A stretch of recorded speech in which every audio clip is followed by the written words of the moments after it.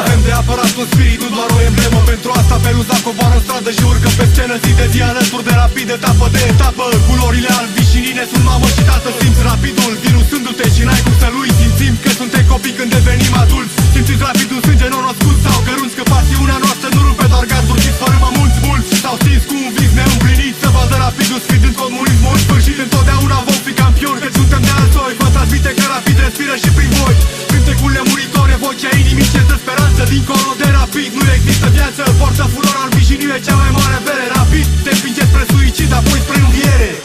Milioane de inimi într-un peisaj splendid bat la unison pentru marele rapid. Alătură-ți inima sau n-ai nicio scuză. Te peste tot acasă și pe scenă și în peluză. Milioane de inimi într-un peisaj splendid bat la unison pentru marele rapid.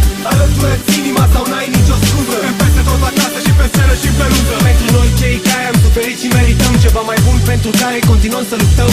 Pentru noi cei care avem sufletul curat. Pentru noi cei care vom cânta neîncetat. Pentru noi cei care ne unim vocile în cor la sfârșit de săptămână pe orice stadion, la bine și la greu, în metrou sau în tramvai. Pentru noi cei care îl văd pe Pitiș tu sărai. Pentru noi cei care continuăm să visăm.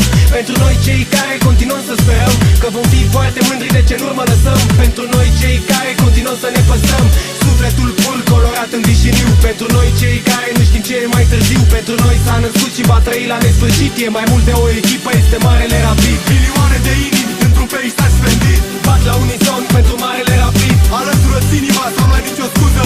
Suntem peste tot acasă și pe scenă și în peluză. Milioane de inimi într-un peisaj splendid bat la unison pentru marele rapid. Alătură-ți inima sau n-ai nicio scuză. Suntem peste tot acasă și pe scenă și în peluză.